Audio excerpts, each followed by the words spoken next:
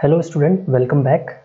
In this lecture, I am going to discuss design of intersection and let's start. Since we know the intersection is very important part of our road system because our roads are never be straight. Whenever it meet with the another roads, we have this intersections. To design these intersections so that the accident will be reduced, the efficiency, economy and safety of the passenger will enhance. We need to focus to this point, right? So intersection are unavoidable whenever we are talking about the primary classification of roads or secondary classifications. But in case of freeway, or we can say expressway, we avoid these type of intersection with the help of control access or or grade separated intersection. Use of grade separated intersections we will discuss further in this lecture, but from here we understand that intersection cannot be avoidable whenever we are going to design our road system. It is very important for, as I told you earlier, that safety, economy, efficiency of road, economy related to the cost of operations while you are moving from a location 1 to B, from location 1 to another location, you have to reduce your cost of journey. So this is important in terms of economy. Efficiency is important for the operation of roads, how efficient that the road system is for the designing. So this can be enhanced with the help of proper intersection design. And the last point is capacity of road. In our previous lecture which I provide you, we already covered that capacity of road is related to the flow of vehicle per unit time on the road sections. Let's take this with an example. Suppose this is your road stretch with a certain width W, which is your 7 meter, like it is a type of national highway. If these are the vehicles, in this case 1 2 3 4 5 vehicles are moving per minute. In the same manner, if I want to increase this flow, the flow of vehicle, I cannot fix my vehicles like this because vehicle have a certain length, so this cannot be fixed. I'm only going to change this value like 5 vehicle to 10 vehicle per minute only when I increase the velocity of this whole system. So this is known as the capacity. If the road capacity is good, if capacity will increase, it means the velocity, the speed of vehicle or the velocity of vehicle will be high. It's mean the travel time is reduced. So these are the concept which is related to each other. And the third point is very important, which is pedestrian movement. As you know that at intersection, pedestrian movement can create so many accidents. So to channelize these movement, we need to proper design our intersection. The intersection are divided into two groups. The first one is intersection at grade, and the second one is grade separated intersection. Okay, intersection at grade means when the intersection at the same ground level, right? Let's discuss with this figure. This is my axis, like x-axis, and this is the y-axis. So in the y-axis I have a width like this. Again, this is a 7 meter national highway type.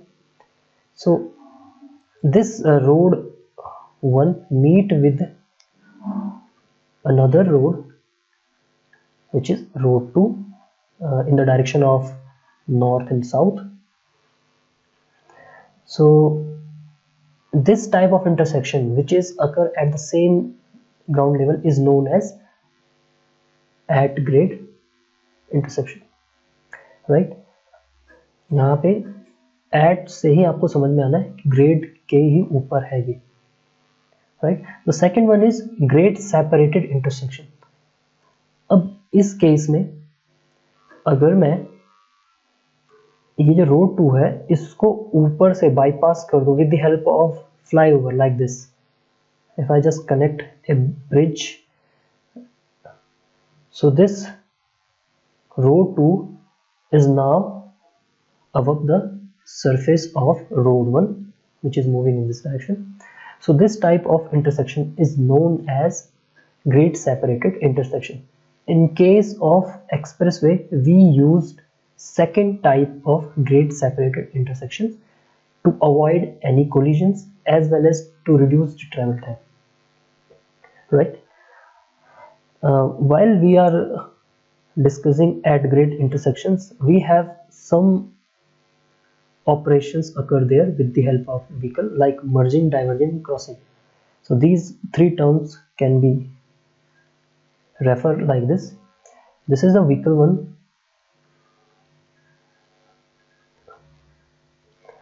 this is the vehicle 1, this is 2, 3, 4 and 5, right?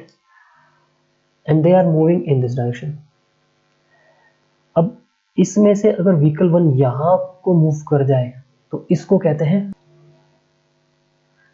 This is diverging operation, diverge हो रही है गाड़ी। Merging में उल्टा होगा, ये सारे क्या होंगे एक दूसरे से मर्ज करेंगे। अभी के लिए जैसे अगर यहाँ से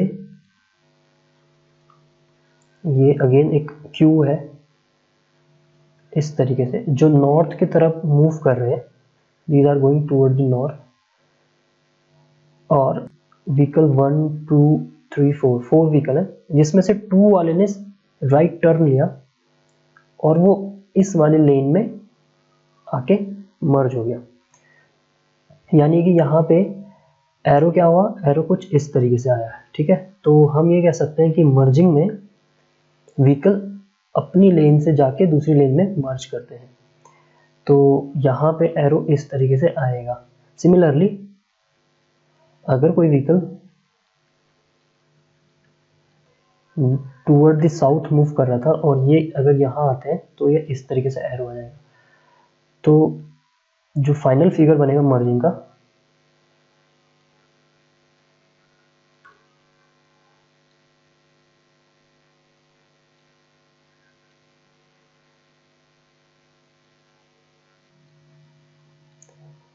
इस तरीके से मर्जिंग ऑपरेशन को आप दिखा सकते हो। So diverging clear, merging clear, and the remaining is crossing. Crossing is here 90 degree. So crossing हम अगर 90 डिग्री है तो ऐसे दिखाएंगे, और अगर 90 डिग्री नहीं है तो हम इसको एक सर्टेन एंगल पे शो करेंगे।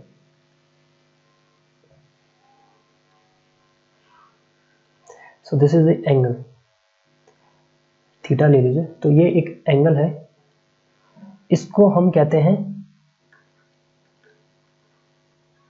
कॉन्फ्लिक्ट एंगल,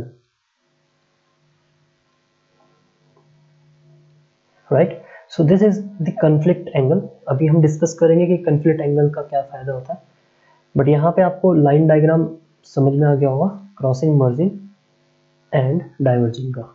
तो डाइवर्जिंग का फिर से बता देते हैं, आगे गया यहाँ को मूव हो गया, मर्जिंग का आगे गया और यहीं पे इसमें इस तरीके से भी आप शो कर सकते हो, एंड क्रॉसिंग का आप सी से इस तरीके से क्रॉसिंग का यहाँ पे हमने शो किया, राइट।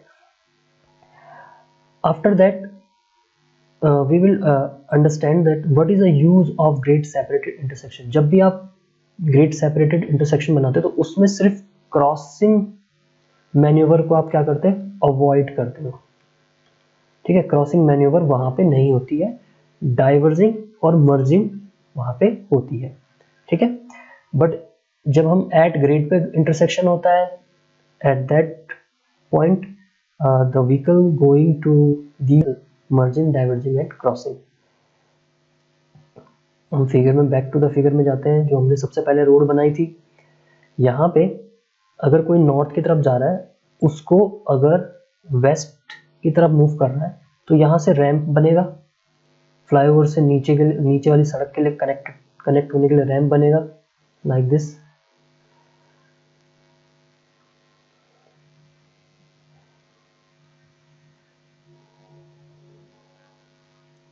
राइट। तो जब व्हीकल यहाँ से यहाँ मूव किया, तो उसने यहाँ से क्या करा, डाइवर्जिंग ऑपरेशन, यहाँ पे डाइवर्जिंग ऑपरेशन हुआ। बट जब वो यहाँ पे आएगा और इस वाली लेन, इस वाले फ्लो के साथ मीट करेगा, तो उसको हम क्या कहेंगे, मर्जिंग ऑपरेशन कहेंगे। तो यानी कि ग्रेड सेपरेटेड इंटरसेक्शन में डाइवर्जिंग एंड मर्जिंग ऑपरेशंस होते हैं, only crossing operations are not followed by the vehicle.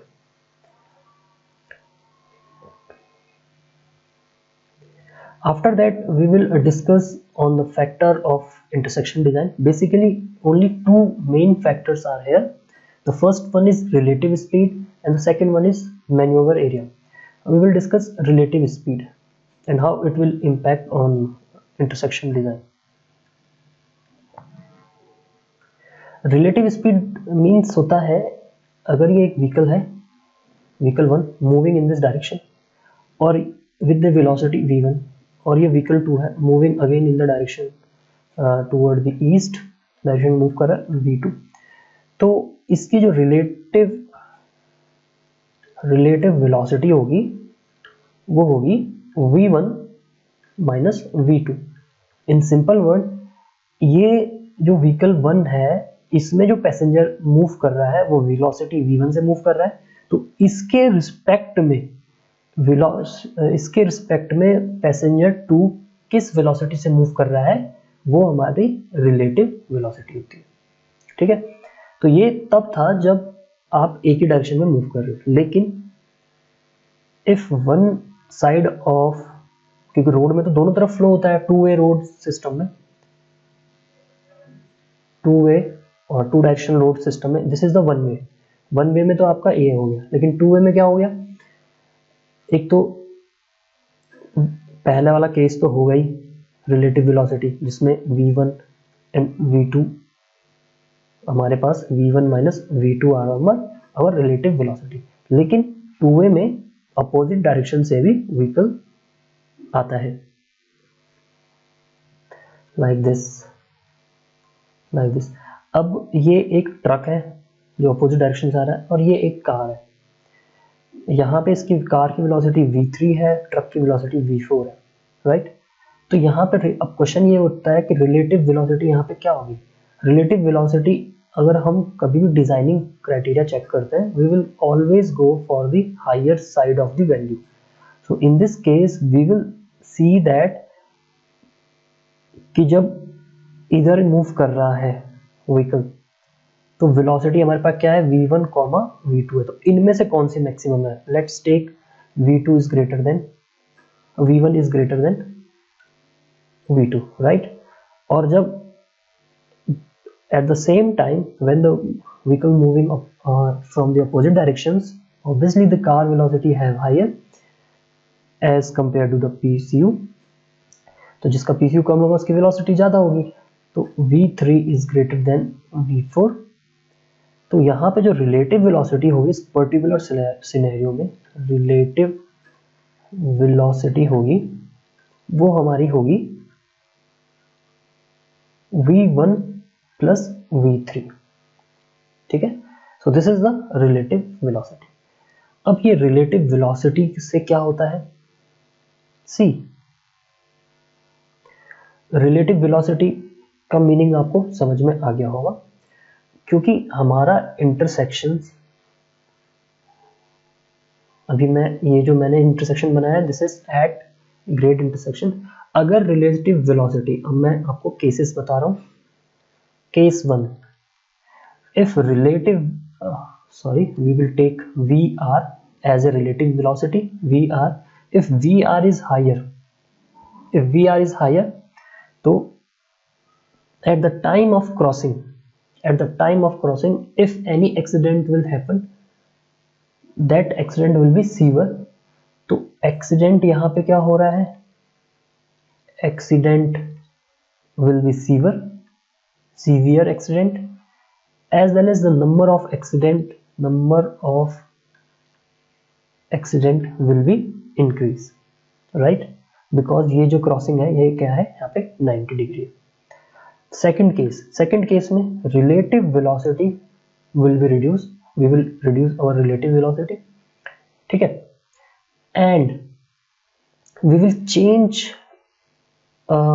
Change this intersection like this, we will change this intersection in this manner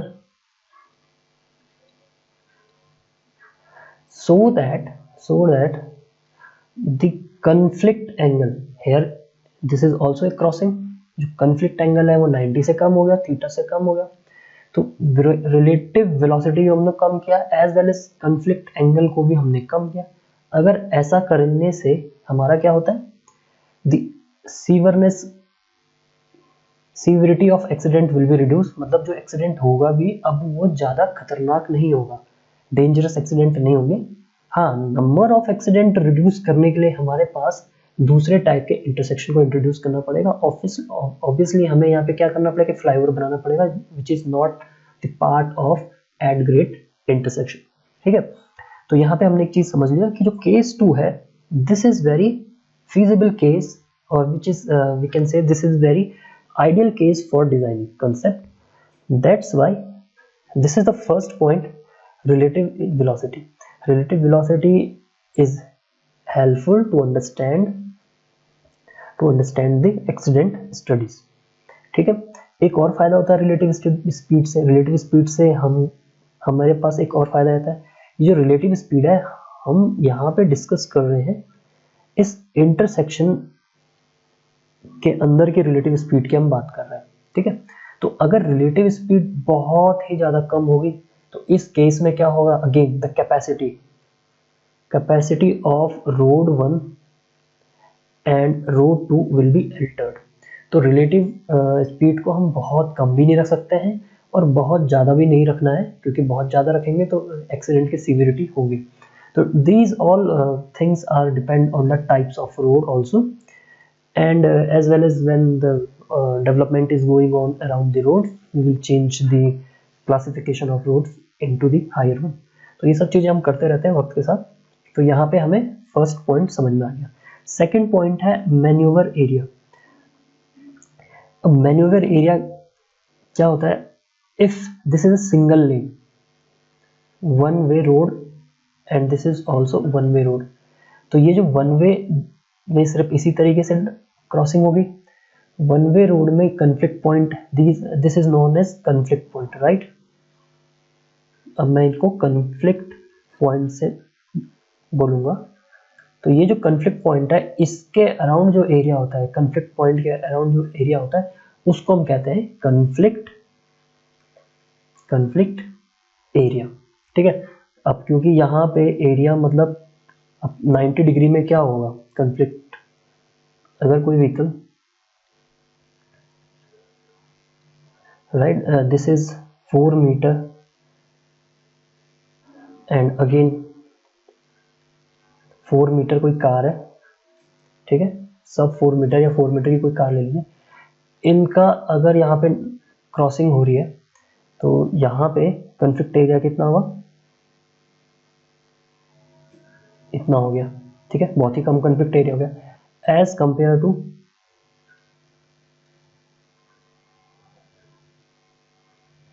इस case में क्या होगा, क्योंकि ये व्हीकल भी आगे बढ़ेगा, ये व्हीकल भी आगे बढ़ेगा, तो यहाँ पे क्या होगा कन्फ्लिक्ट एरिया ज़्यादा हो जाएगा, ठीक है. दूसरी चीज़ें इसमें और होती है, एक होती है वेविंग, ठीक है. वेविंग मतलब होता है कि जब आपका एक व्हीकल इधर से ऐसे करके आ रहा है और आपका दूसरा व्हीकल ऐसे करके जा रहा है, तो ये जो सेक्शन है जहाँ पे व्हीकल इस वाली लेन में भी आ सकता है और इस वाली लेन में भी जा सकता है। इस सेक्शन को हम कहते हैं वेविंग सेक्शन। ये हमें यूज होगा रोटरी के केस में, रोटरी डिजाइन के केस में, which is not discussing right now, पर ये वहां पे यूज होगा। वेविंग यहाँ पे इसका केस है। तो ये चीजें भी होती है WEAV, ठीक है, मैं फिर से लिखता हूँ WEA, weaving section, right.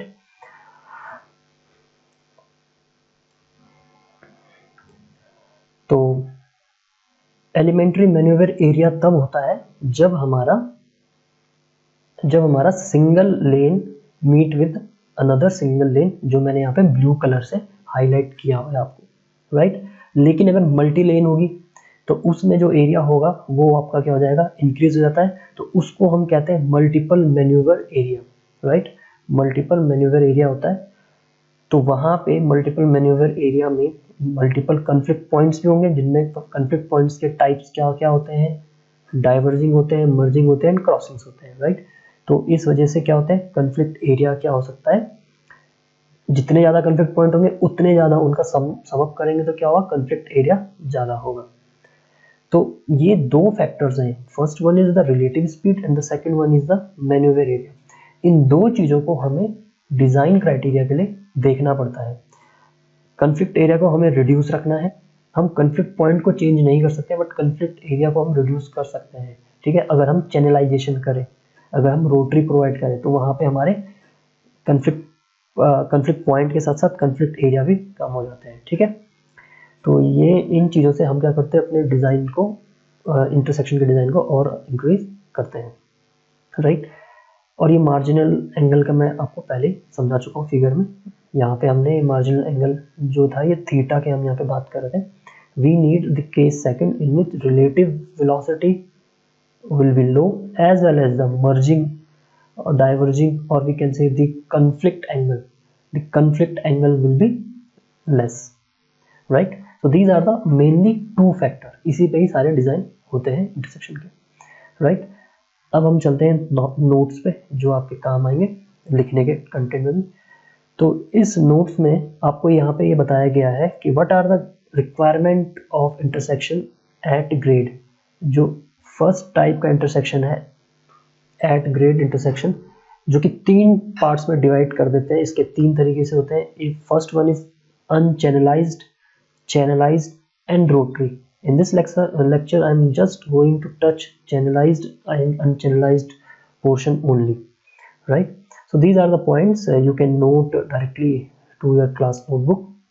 These are very good point and very crisp also, and all these points we already covered in the previous notes, like at the intersection the area of conflict should be as small as possible।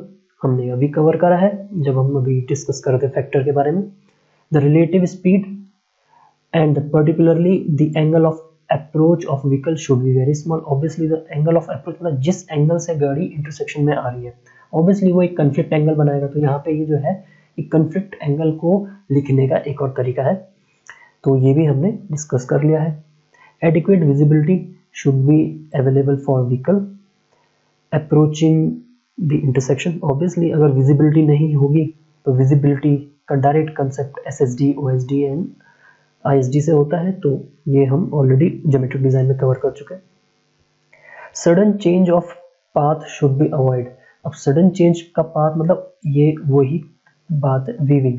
तो weaving section को हम क्या करते हैं, weaving section को हम particularly एक fixed जगह पे देते हैं और या फिर उसको अवॉइड ही करते हैं, क्योंकि जब वीविंग सेक्शन होता है तो उस जगह पे जो नंबर ऑफ कन्फ्लिक्ट पॉइंट्स होते हैं वो इंक्रीज हो जाते हैं। तो वो तभी होता है जब कहीं पे सडन चेंजेस हो रहा हो। Gradual changes are allowable but sudden changes are not allowable because they create so messy as well as the accident condition also. The fifth point is geometric features like turning radius and width of pavement should be adequately provided. Obviously turning radius of tracking की वजह से, width of pavement, अगर width proper देखिए 7 metre का national highway के लिए और एक तरफ से आपका एक और 7 मीटर का नेशनल हाईवे आ रहा है, तो जो इंटरसेक्शन होगा, अगर आप इसको भी 7 मीटर का बनाएंगे, अगर इसको भी आप दोनों तरफ 7 मीटर बनाएंगे, then it can not take the whole vehicle at a certain time. तो हमें यहाँ पे थोड़ा सा इंटरसेक्शन की विड्थ इंक्रीज करनी पड़ेगी, नेशनल हाईवे की जो 7 मीटर है इससे थोड़ा सा हाई रखना पड़ेगा। तो ये एक एग्जांपल था, तो आपको समझाने के लिए कि ज्योमेट्रिक फीचर्स में हमें थोड़ी सी चेंजेस करने पड़ते हैं for good intersection. Sixth one is proper sign should be provided on the road approaching intersection to warn the driver। तो साइंस आपके टाइप्स ऑफ साइंस, आपके कुछ साइंस जैसे मैंडेटरी साइंस होते हैं, कुछ रेगुलेटरी साइंस होते हैं, कुछ प्रोहिबिटेड साइंस होते हैं। तो जो ये साइंस के टॉपिक होगा वहाँ हम कवर करेंगे, बट फिर भी दो मेन साइंस जो आपको याद रखने हैं जो इंटरसेक्शन पे यूज होते हैं। The first one is octagonal shape में रेड कलर में ही आपका स्टॉप होता है, पूरा रेड कलर लिखा रहता है इसमें, समटाइम इसमें लिखा भी रहता है स्टॉप, राइट। और एक तो ये साइन, ये स्टॉप, और एक आपका होता है रिवर्स ट्रायंगल लाइक दिस, इस पे लिखा रहता है गिव वे, राइट। तो ये दो साइन वेरी वेरी इंपॉर्टेंट, ये जो साइन है ये आपको मैंडेटरी साइंस होते हैं, ये आपको करने ही करने हैं, ठीक है। तो इंटरसेक्शन में एंटर करने से पहले ये साइंस आपको प्रोवाइड कर रहे होने चाहिए। स्टॉप का मतलब ये होता है कि आपने इंटरसेक्शन में, दोनों का डिफरेंस मैं भी बता देता हूँ, फिर बाकी साइंस जब हम पढ़ेंगे तब वहाँ पे चीज़ों को और डिटेल में समझेंगे। Suppose this is your intersection, A vehicle moving in this direction toward the east की तरफ, यहाँ पे स्टॉप लाइन है। अब यहाँ पे अगर स्टॉप साइन है इस तरीके से रेड कलर में, ठीक है, मैं सिर्फ इसको साइन 1 कह रहा हूँ, ST कह लेता हूँ, स्टॉप साइन है। इसका मतलब यह है कि व्हीकल जब यहाँ पे आएगा तो स्टॉप लाइन से पहले रुकेगा, फिर चेक करेगा, जब रोड खाली होगी तब मूव करेगा, ठीक है। तो ये स्टॉप साइन हो गया। नेक्स्ट होता है, नेक्स्ट साइन था आपका give way sign. Give way sign में ये होता है कि अगर गिव वे साइन इसके लिए है तो ये व्हीकल यहाँ पे आएगा, रुक के देखेगा, और जो दूसरे सड़क वाले ट्रैफिक है उसको पहले एक्सेस देगा मूवमेंट करने के लिए। जब ये सड़क खाली होगी तभी ये एप्लीकेबल है मूव करने के लिए। अगर इस सड़क में व्हीकल रहेंगे तो ये मूव नहीं कर पाएगा, इसको वेट करना पड़ेगा 1 और 2 व्हीकल को। तो गिव वे साइन का मतलब ये है, गिव वे साइन का मतलब है रुक के देख के आपको पास देना है, दूसरी गाड़ी को पास देना है। लेकिन स्टॉप साइन का मतलब होगा मैंडेटरी है कि आपको रुकना ही रुकना है, ठीक है। इसके अलावा कुछ और साइंस होते हैं एंड सिग्नल्स होते हैं। सिग्नल के लेक्चर्स आपके पास ऑलरेडी प्रोवाइड हो रखे हैं, साइंस के ऊपर भी जल्दी हम लेक्चर प्रोवाइड कर देंगे। तो और भी साइंस होते हैं, जैसे कुछ साइंस आपके पहले लगा दिए जाते हैं, जैसे स्पीड लिमिट का साइन लगा दिया जाएगा यहाँ पे कि आपको इस इंटरसेक्शन में कौन सी स्पीड से मूव करना है। तो ये स्पीड का साइन आपको इतनी डिस्टेंस पे होना चाहिए, ये इतनी डिस्टेंस पे हो जिस डिस्टेंस से व्हीकल अगर यहाँ पे ब्रेक अप्लाई करना शुरू कर दे तो उसकी स्पीड यहाँ तक आने तक रिड्यूस हो जाए। तो ये हमें इसका डिस्टेंस भी आइडेंटिफाई करना होता है। तो इस तरीके से हम अपने इंटरसेक्शन को क्या करते हैं, एफिशिएंट करते हैं।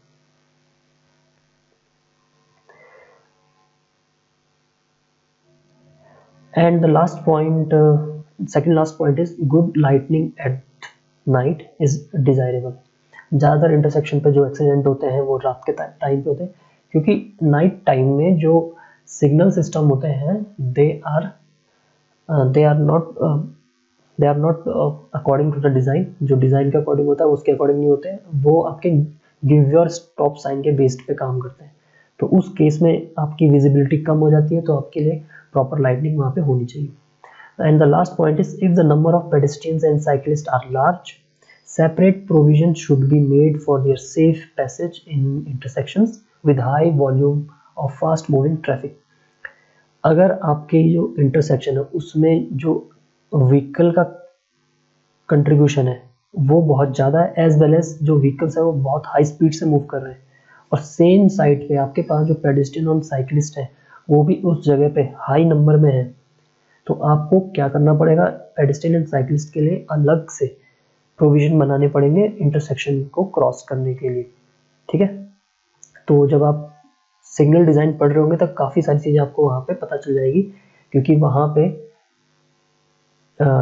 ट्रायल एरर के बाद जो अप्रोक्सीमेशन मेथड है, अप्रोक्सीमेशन मेथड में हम पेडेस्ट्रियन स्पीड से ही इंटरसेक्शन के ऊपर जो सिग्नल लगता है उस सिग्नल को डिज़ाइन करते हैं।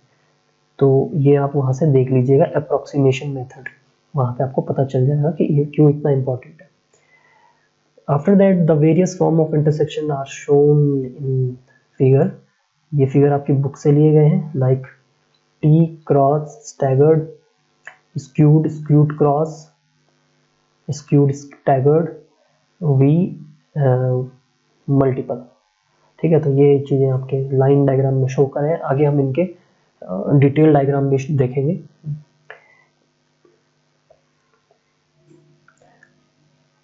Okay, now we know that at grade intersection are classified into unchannelized, channelized and rotary. Now I am going to discuss unchannelized and channelized intersection. So channelized intersections are the very cheapest and the lowest class type of intersections, क्योंकि इसमें हमें जो paved सड़क होती है उसके ऊपर कोई भी दूसरे एलिमेंट्स को नहीं बनाना पड़ता है, that's why it is easiest to design. But जितना ये ईजिएस्ट और लोएस्ट क्लास का इंटरसेक्शन है उतना ही ये मोर कॉम्प्लेक्स होता है इन ट्रैफिक ऑपरेशन, जिसकी वजह से जो कन्फ्लिक्ट एरिया है वो इंक्रीज हो जाता है and efficiency and the flow as well as the safety of road users will be decrease. ये तभी अनसिग्नलाइज्ड इंटरसेक्शन प्रॉपर वर्क तभी करता है जब इसको कंट्रोल किया जाता है with some efficient signals as well as the policeman. तो ये इनके बिना काम नहीं कर पाते properly. Unsignalised intersections are classified into plain and flat intersection. Now we move to the figure section and we will see that how they are look like. This is the first one, this is the T and this is the plane, and here the T and it is flared. अब यहाँ पे क्या है, line diagram बना देते हैं, ये vehicle इस डायरेक्शन में, सिमिलरली फॉर दिस डायरेक्शन। अब ये line diagram is very important, तो ये लाइन डायग्राम मैंने पहले नहीं बनाए थे, अभी आपके लिए बना रहे हैं। तो हमें सड़क के एंड पे सबसे पहले हमें क्या करना है, देखो सबसे पहले हमें ये सड़क के एंड पे डायग्राम बनाने हैं, ठीक है। तो बना दिया हमने ये, राइट। उसके बाद हमको ये देखना है कि और क्या क्या मैन्यूवर यहाँ पे हो रहे हैं। तो और मैन्यूवर क्या क्या हो रहे हैं, एक मैन्यूवर देखिए, ये वाला व्हीकल इधर जाने की कोशिश करेगा तो ये कुछ इस तरीके से जाएगा, सिमिलरली ये वाला व्हीकल कुछ इधर आने की कोशिश करेगा, तो ये आपका एक और मैन्यूवर यहाँ पे बन गया, right. Now this is flat type में क्या होता है कि आप एक्स्ट्रा विड्थ प्रोवाइड कर देते हो, पहले एंड पे बनाएंगे हम,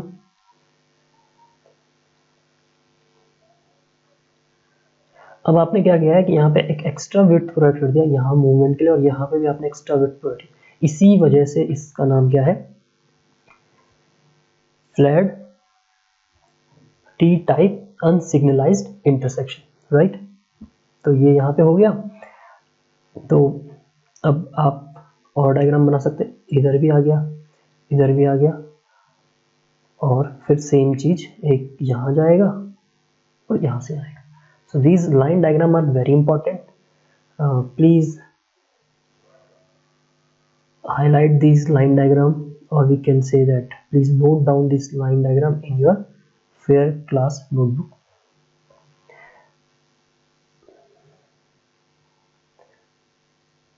So the first one is a part of T, the second one is cross में भी दोनों के डायग्राम आपको दिए हुए। तो अब यहाँ पे फिर से अगेन लाइन डायग्राम करेंगे।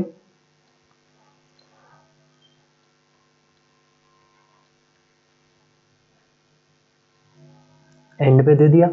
उसके बाद हमें देना है सेंटर पे, तो ये इधर जाएगा, ये भी इधर जाएगा, ये इधर भी जाएगा और ये इधर भी जाएगा, राइट।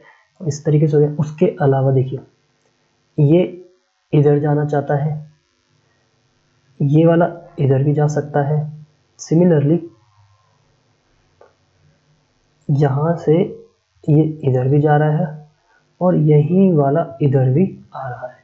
तो इस तरीके से अगर मैं ये सेंटर पोर्शन है इसको फिर से कहीं पे बनाऊं तो ये कुछ इस तरीके से सेमी आर्क, ये देखिए। तो इस तरीके से आपको ये बनाना है लाइन डायग्राम, या आप सिंपली अगर आप चाहो तो इसको इस तरीके से बना सकते हो। आपकी गाड़ी यहाँ से यू टर्न लिया, यहाँ से चल के यू टर्न यहाँ ले लिया, यहाँ से चल के यहीं यू टर्न ले लिया और यहाँ से चल के यहाँ यू टर्न ले लिया।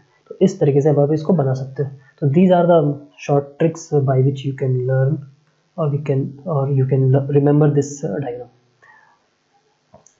फ्लेड में हमने एक एक्स्ट्रा स्पेस प्रोवाइड कर दिया है, तो सारा डायग्राम वैसे रहेगा, बस एक इधर, सॉरी ये इधर से क्या आ जाएगा, ये यहाँ से थोड़ा चेंज हो गया लाइक दिस।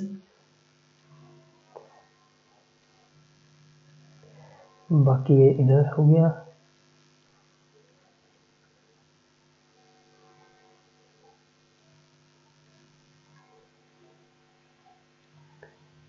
राइट।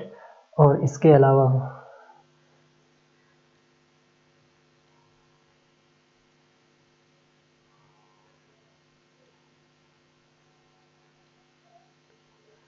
ये नेक्स्ट वी हैव स्क्यू। इसमें सिर्फ प्लेन है क्योंकि यहाँ पे देखिए कोई विड्थ नहीं दे रखी है। तो स्क्यू का डायग्राम कैसे बनाता है वो भी देख लेते हैं। एंड पे सबसे पहले एंड पे बनाएंगे जिससे हमें कंफ्यूजन ना रहे। उसके बाद हम शॉर्ट वाला, फिर हम चलेंगे लॉन्गेस्ट वाला, राइट।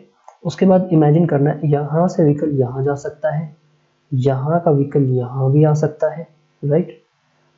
और एक व्हीकल यहाँ से स्ट्रेट भी जा सकता है। तो ये इस तरीके से इसका सेंटर डायग्राम बनेगा, राइट।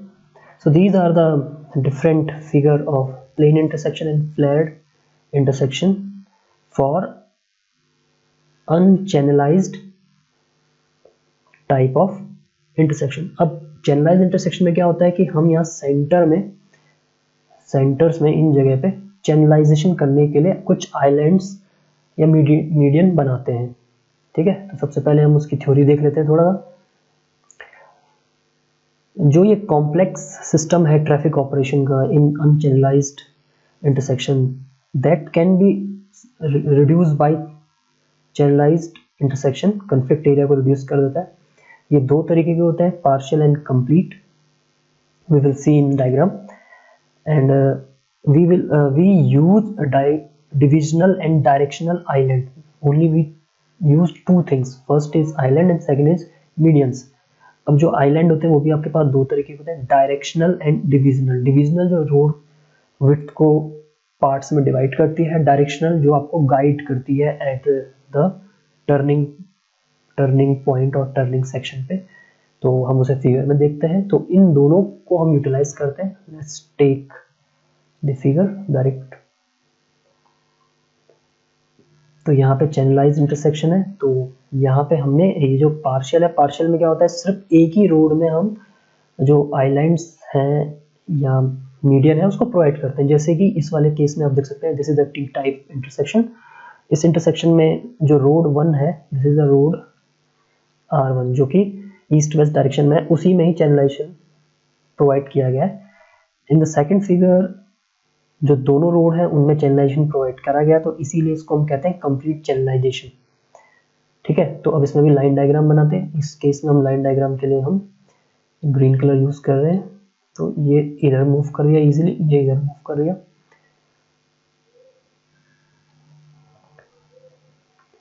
राइट। तो इसके अलावा यहाँ पे हमें ये इधर जाना चाहेगा और इधर वाला यहाँ आना चाहेगा। ठीक है, ये तो आपका हो गई एंड पे। So this is a diagram, line diagram basically. तो यहाँ पे क्या होता है कि कन्फ्लिक्ट एरिया रिड्यूस हो चुके हैं, ठीक है। अगर हम फर्स्ट फिगर देखें, देखिए फर्स्ट फिगर देखें तो यहाँ पे हमारे इस तरीके से था। तो यहाँ पे क्या था कि ये जो है ये इस वाले के साथ मीटअप कर रहा है, जबकि इस केस में हमने इसको इसके साथ मीट नहीं किया, इसके बीच में हमने क्या दिया, एक डायरेक्शनल आइलैंड प्रोवाइड कर दिया। और ये हमारा क्या है, डिविजनल आइलैंड, जो रोड विड्थ को 2 पार्ट्स में डिवाइड कर रहा है, या मीडियन। अगर 2 वे है तो ये मीडियन का वर्क करेगा, अगर मल्टीपल लेन है तो हम इसको डिविजनल आइलैंड की तरह यूज कर सकते हैं, ठीक है। इस केस की बात करें तो इस केस में यहाँ भी प्रोवाइड कर दिया। तो सबसे पहले एंड में फिगर बनाते, एंड लाइन डायग्राम बनाते हैं। इधर मूव, इधर मूव,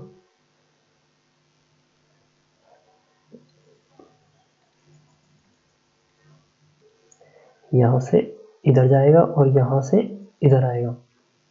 इसके अलावा ये और ये, तो ये इस तरीके से हमने कंप्लीट चैनलाइजेशन 40 इंटरसेक्शन का लाइन डायग्राम बनाया। ये लाइन डायग्राम वेरी इंपॉर्टेंट है, क्योंकि अभी आगे चल के आपको number of conflict points count करने इन्हीं लाइन डायग्राम से सिखाया जाएगा। उसके बाद क्रॉसिंग है हमारे पास कंप्लीट फॉर्म में। कंप्लीट फॉर्म में तो इसके पास जो दोनों लेग्स होंगी, एक नॉर्थ से साउथ जा रही है, एक वेस्ट से ईस्ट जा रही है, इन दोनों में हमने चैनलाइजेशन प्रोसेस किया है। तो यहाँ पे हमने एक सेंटर आइलैंड भी दे रखा है, डायरेक्शनल आइलैंड भी दे रखा है, एंड मीडियन भी दे रखा है। तो इसमें हमें इस तरीके से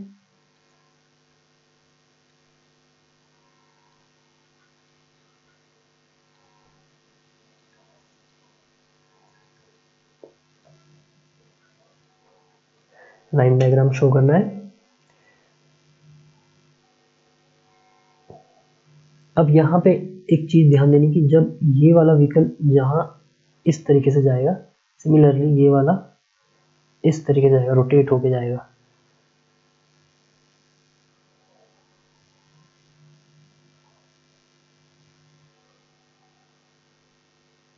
तो ये थोड़ा सा रोटेट होके जाएगा, आपको समझाने के लिए यहाँ पे दिया गया था। हाँ, अगर इसमें हम अगर सिग्नल सिस्टम प्रोवाइड कर दें तो ये कॉन्फ्लिक्ट पॉइंट भी रिड्यूस हो जाएंगे, और ज़्यादा रिड्यूस हो जाएंगे।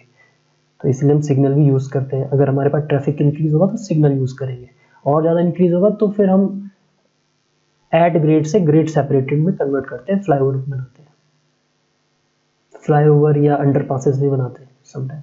This is the skew partial channelisation. Partial इसलिए क्योंकि इस वाले फेज में हमने कोई चैनलाइजेशन नहीं किया। तो इसको अगर हम बनाए तो सबसे पहले एंड पे बनाएंगे लाइन डायग्राम,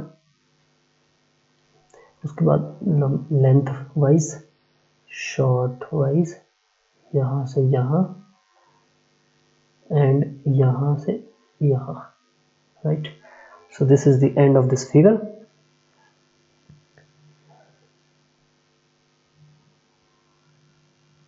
तो यहाँ पे हमने चैनलाइजेशन एंड अनचैनलाइजेशन के बारे में भी समझ लिया है कि कैसे ये हमारे होते हैं इंटरसेक्शन में। इसके ऊपर फिर कुछ थ्योरी और है जिसको हम थोड़ा सा देख लेते हैं। Advantage of channelised intersection over the unchannelised intersection. Channelisation के फायदे क्या क्या है वो यहाँ पे बताए गए। By channelisation vehicle can be confined to definite path, जिसकी वजह से accident, number of accident reduce होते हैं, right. Angle of merging stream can be force to be flat. तो यहाँ पे हमने क्या किया है, जो मर्जिंग एंगल है उसको फ्लैट करने के लिए हमने चैनलाइजेशन किया है, so as to cause minimum disruption. Both the major and minor conflict areas within the intersection can considerable by decreased as shown in figure। तो ये आपको हम बाद में फिगर वाइज क्लियर करेंगे, बट यहाँ पे मैं आपको बता देता हूँ। मेजर होते हैं आपके क्रॉसिंग, माइनर कॉन्फ्लिक्ट पॉइंट आपके होते हैं diverging and merging. The number of these crossing, diverging and merging ये चेंज होता रहता है, लेकिन आपने फिगर में अगर देखा होगा ध्यान में, तो जब हमने चैनलाइज बनाया था तो यहाँ पे आपके लिए एक चीज आपने देखी होगी कि आपको मूव करने के लिए एक पर्टिकुलर लाइन है जो बहुत कम क्रॉस हो रही है as compare to the unchannelise system में। अनचैनलाइज सिस्टम में सेंटर में ही बहुत ज़्यादा कन्फ्लिक्ट पॉइंट्स बन रहे हैं जो कि ऑब्वियसली एक्सीडेंट की कंडीशन में इंक्रीज करता है। फोर्थ पॉइंट है angle between intersection stream of traffic में be kept as desired in favourable way. ठीक है, चैनलाइजेशन करने से हमारा जो थीटा है वो हम फिक्स कर सकते हैं। ठीक है, हमें पता है कि जो हमारा मर्जिंग एंगल है या क्रॉसिंग एंगल है उसको हमें थोड़ा सा छोटा रखना है, कोशिश करना छोटा रखना है, लेकिन चैनलाइजेशन से वो क्या होता है, वो फिक्स कर दिया जाता है, right. Fifth, speed control can be establish over vehicles entering the intersection. तो ये स्पीड कंट्रोल के काम भी आता है क्योंकि जब आपके पास प्रॉपर गाइडेंस होगी तो आप ओवर स्पीडिंग नहीं करेंगे, किसी को ओवरटेक करने की कोशिश नहीं करोगे इंटरसेक्शन में, तो चैनलाइजेशन का वहाँ पे ये फायदा होता है। 6 पॉइंट रिफ्यूज आइलैंड, ये वेरी इंपॉर्टेंट पॉइंट है। 6 पॉइंट वेरी इंपॉर्टेंट, जो आइलैंड है जो हमने प्रोवाइड करे हैं वो पेडेस्ट्रियन को होल्ड करने के लिए, टेम्परेरी होल्ड करने के लिए भी यूज किए जाते हैं। तो ये 6 पॉइंट यहाँ पे ये चीज को शो कर रहा है। 7 point, points of conflict can be separated. हमने यहाँ पे क्या किया है, पॉइंट ऑफ कॉन्फ्लिक्ट को सेपरेट किया है।